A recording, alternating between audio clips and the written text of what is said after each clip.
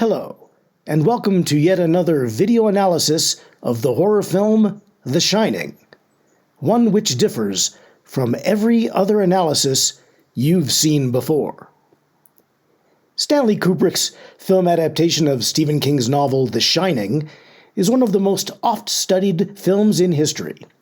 Film buffs have concocted alternate theories about the film's subtext, including moonshot conspiracies and inverse blame theories, putting wife Wendy Torrance, son Danny Torrance, and even Overlook employees Stuart Ullman and Dick Halloran on the top of the actual suspects list, above axe-murdering Torrance patriarch Jack.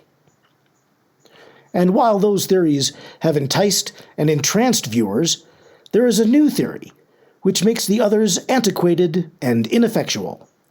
The truth of the film version of The Shining will startle you even more than the movie did when released in 1980.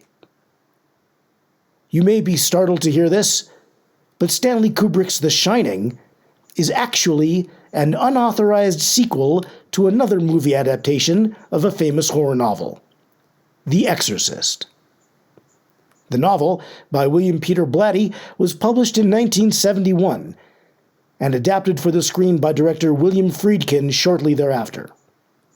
The story follows a divorced, single mother, actress Chris MacNeil, in her attempts to free her daughter from the possession of a demon called Pazuzu. The woman employs psychiatrists and medical doctors, and finally a pair of priests, to exorcise the demon, who succeed but are both killed in the process. Supernatural horror may seem like the only connection between the two films, but consider the tantalizing similarities. Kubrick was initially offered the chance to direct The Exorcist, but he turned it down. With The Shining, Kubrick clearly decided to reverse his decision and direct his own Exorcist film, notably a direct sequel to the first story. In this follow-up story, Jack Torrance is none other than Chris MacNeil's ex-husband, absent from the events in Georgetown where The Exorcist takes place. When the demon is driven from Reagan at the end of The Exorcist, it instead decides to terrorize the girl's absentee father, Jack, and his new family. So everything seen in The Shining is due to the meddling powers of Pazuzu, not the ghosts of dead Indians, or the Overlook Hotel, or anybody's ability to shine, which isn't really a thing at all. Dick Halloran's telepathy, Danny's terrifying visions, all are the work of Pazuzu, not the Overlook. Events at the Overlook represent the demon's revenge after being excised out of Reagan, and another chance to acquire whatever earthly rights the demon sought with the first possession. In The Exorcist, we're led to believe that Chris's ex-husband is on a movie set and cannot be reached. We presume that he, like Chris, is an actor. But that is only a presumption. He could just as easily be a film writer, which would have drawn he and Chris together in their early years. And it's not definite that he's on a film set, only that he can't be reached.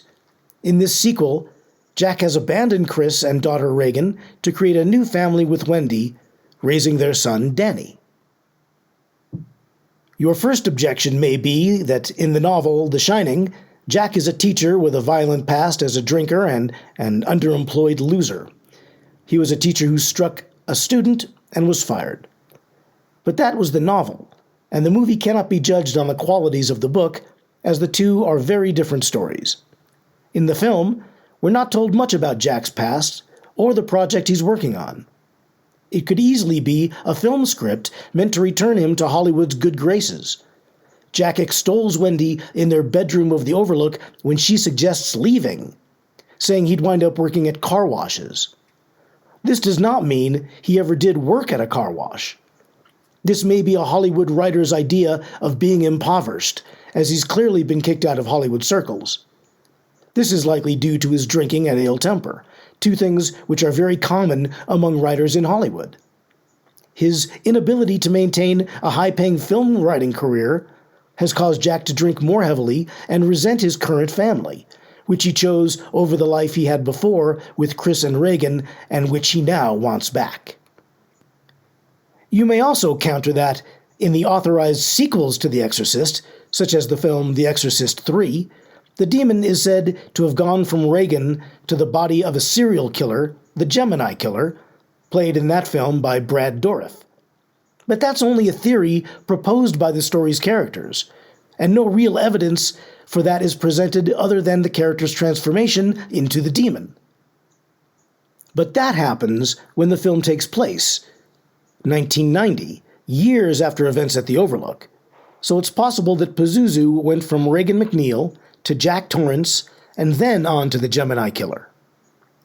Dick Hallorann, played in The Shining by Scatman Crothers, says it himself. Sometimes when things happen, traces get left behind, like the smell of burnt toast. Or like the possession of a fatherless child in Georgetown, D.C. years before. What other connections are there? In The Exorcist, the demon possesses a child, and the parent must take arms against it. In The Shining, the demon possesses the parent, and the child must take arms against it. The mother, in each case, is a helpless observer, actually a passive protagonist. No, The Exorcist isn't about a faithless priest or a possessed little girl. The true protagonist, the character who strives toward a singular goal from start to finish, is Chris, the child's mother. Her story goal is to free her child from the demon's grip, and with help, she succeeds.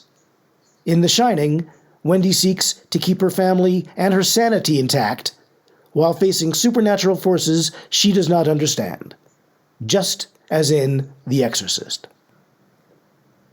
In The Exorcist, possessed daughter Regan undergoes a more startling transformation as the possession overtakes her. In The Shining, Jack undergoes a similar transformation, from genial interviewee to hunched, limping monstrosity. Even his voice, like that of Regan McNeil, changes to a low, growly voice, like that of a demon. In The Exorcist, young Regan speaks with a deep, gravelly tone representing another character inside of her. Danny does this with his imaginary friend, Tony, in The Shining. But Tony is not an extension of Danny or of his so-called shining abilities. How does Tony know that Jack got the job at the Overlook before Danny knew? It's because Tony is, in fact, Pazuzu himself. Just as the demon won Regan's confidence as the benevolent Captain Howdy in The Exorcist, Pazuzu stalks the Torrance household in the friendly guise of Tony. But in each case, the demon is surveying the people in the household to determine their weaknesses and find the best places to attack them. In the case of the McNeils, it's the vulnerable daughter and the mother's guilt over a failed marriage and a career of her own, leaving her child to be raised by a nanny. With the Torrances, it's Jack's bitterness and love of alcohol. What of the scene when Danny arrives to warn his mother of Jack's intent, the frightening red rum scene? Because instead of being there to warn her, Danny is possessed by Pazuzu and is trying to kill Wendy. Only his better nature, like that of Damien Karras at the end of The Exorcist, prevents this. And if you doubt that Pazuzu can possess two beings at once, it's possible that this explains why Danny is strong enough to resist the possession, as Pazuzu's greater efforts are spent controlling Jack. In The Exorcist, Mother Chris McNeil transforms from an attractive, assured single woman into a bedraggled, haggard mess. Wendy Torrance undergoes a similar transformation, from prim, loving wife and mother to a bug-eyed, terrified mess. Both stories include allies, fathers Karras and Marin in The Exorcist, Dick Hallorann in The Shining, who are killed in their efforts to fight the demon. Both stories have a slow build type of construct, where the true horror elements are revealed only in the third act. What of the story of the Grady family, then? Was Pazuzu involved in that too? Not necessarily. But he wouldn't have to be to connect the two stories. In fact, it makes the moment all the more opportune for Pazuzu to strike the Torrances without there being a direct connection. Surely there is evil in the world outside of Pazuzu's actions, such as the Grady's tragic demise. Pazuzu was unlikely to have had anything to do with the Gemini killings either, despite his possession of the Gemini killer in The Exorcist 3. The many ghosts and specters we see in the Overlook, including Delbert Grady and the skeletons, are manifestations of Pazuzu's minions. You'll recall that, in The Exorcist, Regan seems to have more than just one demon inside her. There are many different voices which emanate from the possessed child. When Karras listens to the tape recording of his interview with the demon, played backward, you can hear several distinct voices. In the novel, when asked to identify himself, the demon answers, "We are Legion." Blatty's own sequel to his novel was entitled Legion. That's the book that The Exorcist 3 was based on. So there is more than one entity, presumably other victims of the demon's escapades or damned souls under the demon's supervision. These are the entities which haunt the Torrances. What of the ghoulish woman in room 237? She is the adult version of the possessed little girl. She shares the rotting flesh, the hideous face, but she's adult, sexualized even more than that teenager in The Exorcist. This is why Jack backs away, not because she's ugly, but because she is his daughter. He'd have heard about events in Georgetown, after all, even if he wasn't there for them. It fits the story, as some theorize that Jack actually sexually abused Danny before and perhaps even during events at the Overlook Hotel. But it's Pazuzu who rolls the ball at Danny in the hallway. Pazuzu who relishes having one innocent child attack the other. Jack's death comes from freezing cold. And what would a demon be more vulnerable to? What could be a more startling antithesis to the fiery bowels of hell where the demon came from? And covered in snow, Jack's body seems almost to be surrounded by a fluffy white cloud with a blue sky above. It invokes nothing less than heaven itself. What about the photo at the end? It's neither proof of reincarnation nor of the Overlook's ability to absorb souls.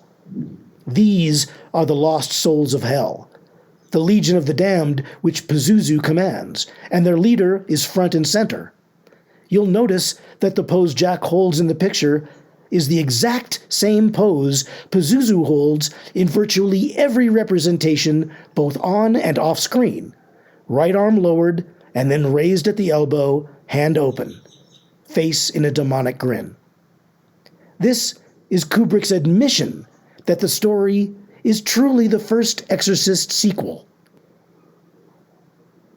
The genius Kubrick clearly set out to make a different story than the one found in Stephen King's novel The Shining, and he did, by adapting a different book altogether. Not Stephen King's The Shining, but William Peter Blatty's The Exorcist. Make sure to watch my next video, where I explain how the film version of Stephen King's Christine is actually a sequel to the 1970s Disney films featuring Herbie the Love Bug.